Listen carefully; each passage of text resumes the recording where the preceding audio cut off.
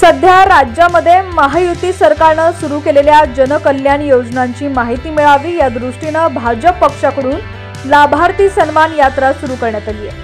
आज ही यात्रा सोलापूर जिल्ह्याच्या माळशिरस तालुक्यात पोहोचली।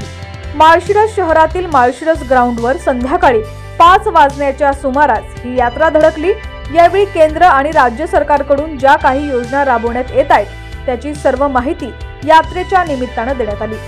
सरकारच्या योजनांची माहिती लोकांना सहज समजावी या उद्देशाने एलईडीच्या माध्यमातून ही माहिती देण्यात येते। लाडकी बहीण योजना, महात्मा फुले जन आरोग्य योजना, जलयुक्त शिवार योजना, शेतकरी वीज बिल माफी तसंच लाडका भाऊ योजना यासारख्या योजनांची माहिती नागरिकांना या यात्रेच्या माध्यमातून दिली जाते। यावेळी उपस्थित नागरिकांना सरकारच्या योजनांविषयी मार्गदर्शन करण्यात आलं। लाडकी बहीण योजनेसारख्या योजनांचा लाभ न मिळालेल्या लोकांचा या प्रसंगी रजिस्ट्रेशन देखील करण्यात आलं। भाजप सरकारकडून सुरू करण्यात आलेल्या या उपक्रमाला गावोगावी नागरिकांचा मोठा प्रतिसाद मिळतोय। भाजपच्या या अनोख्या उपक्रमाला माळशिरस येथील महिला भगिनींसह तरुण तरुणी वयोवृद्धांचा मोठा प्रतिसाद लाभला।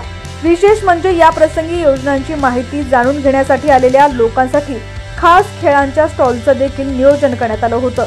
या खेळांचा देखील नागरिकांनी आनंद घेतला।